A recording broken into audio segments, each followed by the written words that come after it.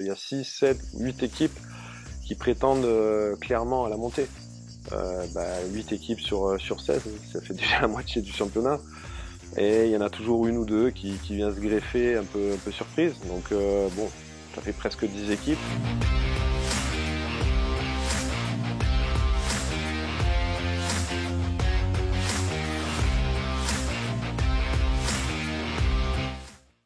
Bonjour Lilian. Bonjour. Donc c'est le début de saison, la préparation avec le IRFC. Vous avez fait un stage à Font-Romeu. Comment ça s'est passé? Très bon stage dans un site très sympa, un site historique puisque l'équipe de France dans les années 80 allait là-bas pour se préparer avec Michel Platini et tous les grands joueurs de l'équipe de France. On était dans le même hôtel. La municipalité de Font-Romeu nous a bien accueillis et les installations étaient très très bonnes. Ça nous a permis de bien travailler, d'avoir de la fraîcheur également, parce que bon ici il fait très chaud en été, donc on était dans une bonne disposition pour travailler le mieux possible. Faire un stage comme ça, partir, s'éloigner de hier, avec le groupe qui est le vôtre aujourd'hui, avec beaucoup de nouveaux joueurs, c'était une nécessité aussi pour essayer de souder tout ça? C'était très important pour la cohésion. Il n'y a pas que le stage, on a fait aussi une excursion d'une journée à Porquerolles. Bon, beaucoup de joueurs ne connaissaient pas du tout Porquerolles, donc on a cette chance à hier d'avoir de très belles îles. Donc on a montré de belles plages, une belle île, et puis c'était l'occasion de se découvrir, de se connaître, et voilà, d'un côté on a travaillé le matin très tôt à l'aube, et puis l'après-midi on a, sur le côté ludique, on a la baignade, un peu de boule, un petit peu de cohésion pour faire connaissance le mieux possible, en plus de Font-Romeu. Il s'est passé beaucoup de choses. Il s'est passé beaucoup de choses ces derniers mois. Une inactivité pas très agréable, forcément. Un changement de statut du club avec l'arrivée de Mourad Boudjelal. La collaboration temporaire avec Nicolas Anelka, comment ça s'est passé? D'ailleurs, Nicolas Anelka que tu as retrouvé puisque tu évoluais avec lui en équipe de France junior. C'est vrai que ces derniers mois, il y a beaucoup de choses qui se sont passées dans le club. Le club a grandi. Euh, on était tous déçus de ne pas pouvoir continuer la saison, mais quelque part, ça nous a permis de bien travailler sur ce changement. Voilà. L'arrivée du nouveau président nous a propulsés vers le haut et il fallait vite s'adapter à ce nouveau fonctionnement. Donc beaucoup de choses à mettre en place, un socle très important à solidifier. Et le Covid, malgré tout, nous a permis de travailler sereinement, on va dire. Sereinement, sans précipitation. Et c'est jamais bon, la précipitation. Après, le fait de travailler avec Nicolas, c'était un plaisir de retrouver Nicolas après tant d'années, puisque bon, on s'était revus, mais voilà, c'était des anecdotes sympas à reparler. Bon, l'histoire a été courte, mais voilà, c'était un grand plaisir d'avoir revu Nicolas et puis travailler quelques mois avec lui. Quelle a été votre stratégie dans cette transition, notamment au niveau de la construction de ce groupe? Objectifs différents, donc c'est sûr que depuis que je suis arrivé à hier, il y a 3 ans, l'objectif était le maintien, avec sûrement l'un des plus petits budgets de National 2, donc chaque année il fallait presque faire des miracles pour pouvoir rester dans cette division qui est très difficile, qui est la poule du Sud-Est.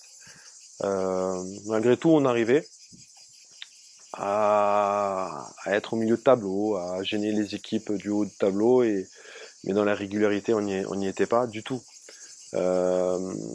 Aujourd'hui, la stratégie, elle était de changer beaucoup de choses puisque les objectifs sont complètement différents. Il fallait restructurer un groupe, notamment avec beaucoup d'arrivées. Qui dit beaucoup d'arrivées, il faut que la mayonnaise prenne. Et ça, c'est à moi de la mettre en place le plus rapidement possible. Maintenant, voilà, on a commencé le 23 juin, on a fait exprès de commencer très tôt la reprise pour pouvoir être prêt le 7 août. On imagine que pour le coach que tu es, c'est quand même un bonheur de pouvoir disposer de moyens supplémentaires euh, que ceux que tu avais par le passé. C'est aussi plus de pression, non? Oui, bien sûr. Après, on fait ce métier pour vivre ces moments-là. S'il n'y avait pas de pression, enfin, quand j'étais joueur, c'était un petit peu le palpitant qui donnait l'envie supplémentaire. Aujourd'hui, oui, je vais avoir plus de pression, c'est sûr, plus de moyens également, euh, des objectifs différents. Donc, moi, je vis cette passion grâce à ça aussi. La pression, je vais pas dire que je l'aime pas, mais c'est ce qui fait avancer. En tout cas, vous allez vous avancer dans un championnat où il y a énormément de concurrence. Il va y avoir une lutte un peu fratricide entre clubs varois avec trois clubs ambitieux, dont le SC Toulon et l'Étoile Fréjus Saint-Raphaël, et bien sûr le HFC, le RC Grasse, Martigues, Marignane, Gignac, Côte Bleue maintenant, plus vers le Lyonnais, Gol FC, peut-être la Duchère. Ça va être un championnat de fou, non? Cette année, ça va être un championnat. C'est la première fois qu'il y a autant de prétendants à la montée. Euh, je pense que par rapport même au national, il y aurait beaucoup d'équipes qui peuvent participer dans le championnat national. Chaque week-end, ça va être la guerre. On le sait tous, on en est conscient. Euh, Ça va être un beau championnat, je pense. Maintenant, il va falloir partir très très vite, très très fort. Et je pense qu'on est tous prêts à remettre un petit peu le peu de chauffe pour retrouver les terrains et dans un championnat qui va être passionnant. Est-ce que tu peux nous livrer ta vision de tes futurs adversaires? Euh, qui attends-tu dans la lutte pour les premières places, par exemple? Oh, tu les as cités. C'est vrai qu'aujourd'hui, si on peut dire les noms des clubs, on peut dire la moitié, voire même plus. Il y a 6, 7, 8 équipes qui prétendent clairement à la montée. 8 équipes sur 16, ça fait déjà la moitié du championnat. Et il y en a toujours une ou deux qui vient se greffer un peu surprise. Donc bon, ça fait presque 10 équipes. Oui, la lutte pour la montée, la lutte des 5 premières places, elle va être très très très difficile. Sachant que dans cette division, il n'y a qu'un seul élu. C'est ça. C'est le plus dur, on va dire. C'est le plus dur. Mais c'est celui qui va aller chercher le Graal. Euh, et ce Graal, bon, j'espère qu'avec le Covid, on va pouvoir vivre ce championnat jusqu'au bout. Et mais il va falloir pas trop perdre des points un petit peu à droite et à gauche. C'est l'équipe qui va être la plus régulière et la plus déterminée qui aura la chance, je pense, de monter. Pour ta part, après avoir travaillé avec les jeunes, notamment au centre de formation de l'AS Saint-Étienne, un de tes anciens clubs, euh, tu es arrivé avec les seniors sur ce club du HFC.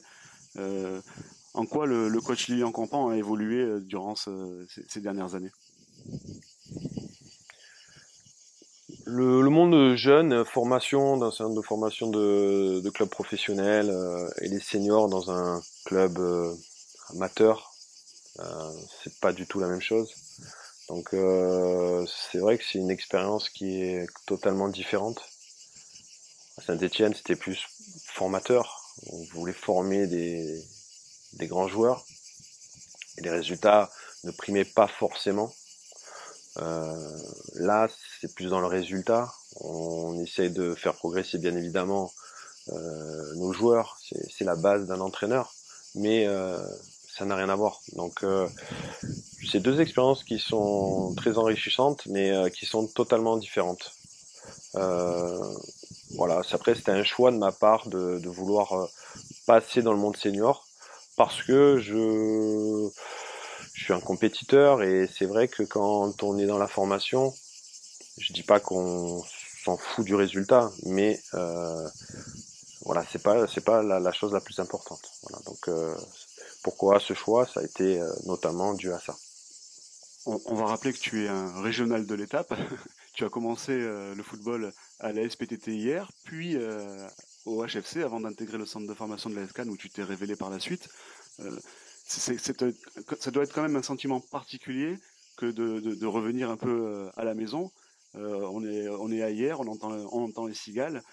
Après quelques années dans le Forez, ça a dû te faire du bien, non, sur le plan personnel et familial peut-être. Alors j'adore le Forez, hein, mais c'est vrai que le fait de revenir chez moi, dans ma ville, proche de ma famille, dans mon club d'enfance, il y a 3 ans, j'avais un objectif bien précis, c'est de monter le club le plus haut possible avec les moyens qu'on avait. Aujourd'hui, il y a un gros tremplin. Euh, c'est carrément un rêve qui m'est proposé en tant que Hérois de pouvoir accéder peut-être à d'autres horizons plus hauts avec le club de mon enfance, le club que j'ai aimé, que le club que j'ai connu quand j'étais jeune et dans ma ville. Voilà, donc c'est vrai que oui, je suis un enfant du pays, on va dire, mais voilà, on va dire c'est la première page d'une histoire et j'espère il y en aura plein d'autres. Et quel accueil t'a été réservé? C'est pas toujours facile de revenir à la maison. Des fois, ça se passe pas forcément bien. Là, quel accueil t'a été réservé par les personnes qui t'ont connu plus jeune? Mitigé, on va dire. C'est mitigé, c'est-à-dire qu'il y en a qui sont très très heureux, très très contents de me revoir dans mon club, euh, et puis d'autres qui ne comprennent pas parce que un peu de jalousie, un peu de critique, et puis voilà. Bah après, notre métier est fait de critiques, donc faut l'accepter. Euh, on a des bons résultats, on est un excellent coach. On a des mauvais résultats, on peut se faire virer. Donc voilà, c'est le jeu qui veut ça. Donc j'ai pas de jugement ni de critique à faire vis-à-vis de ces personnes-là.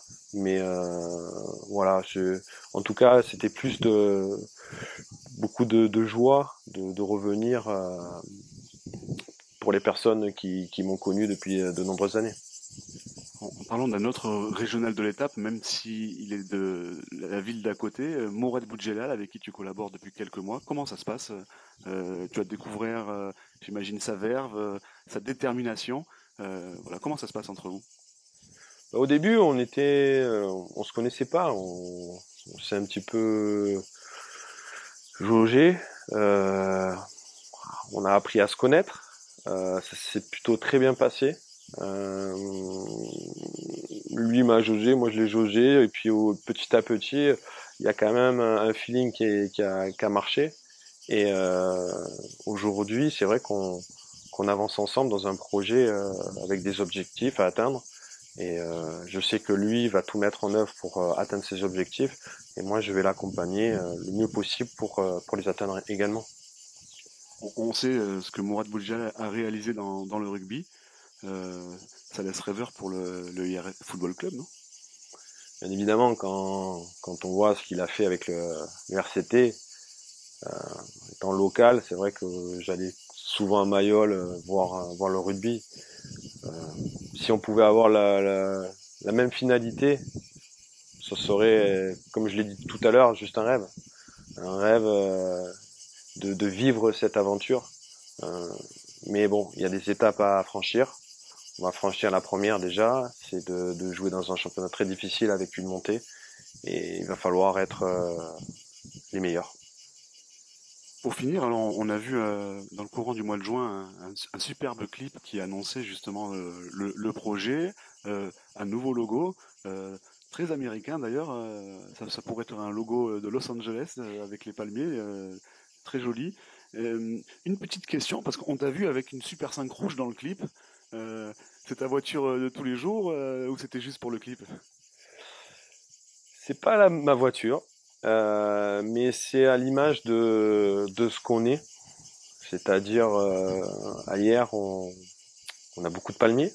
Hier, les palmiers. Donc, je trouve que c'est un bel arbre. Et, et on part de très loin. On part de très loin. C'est à l'image on a voulu faire passer le message en disant voilà, on part de très très loin. Je sais pas où on va aller, je sais pas jusqu'à où on peut aller, mais en tout cas, on travaillait dans ces conditions-là, dans des conditions qui n'étaient pas faciles, parce qu'on avait peu de moyens. Donc ça représente totalement les valeurs et le club des années précédentes, qui a pas forcément une histoire comme d'autres clubs professionnels et d'autres clubs amateurs qui ont une histoire professionnelle. Mais en tant qu'Irois, moi, ça me parle. Donc c'est vrai qu'on veut garder ces valeurs et cette identité locale qui est importante. Et ce clip, j'ai trouvé ce clip très très représentatif par rapport à notre club. Il leur remercie beaucoup et on te souhaite une bonne saison. Merci beaucoup.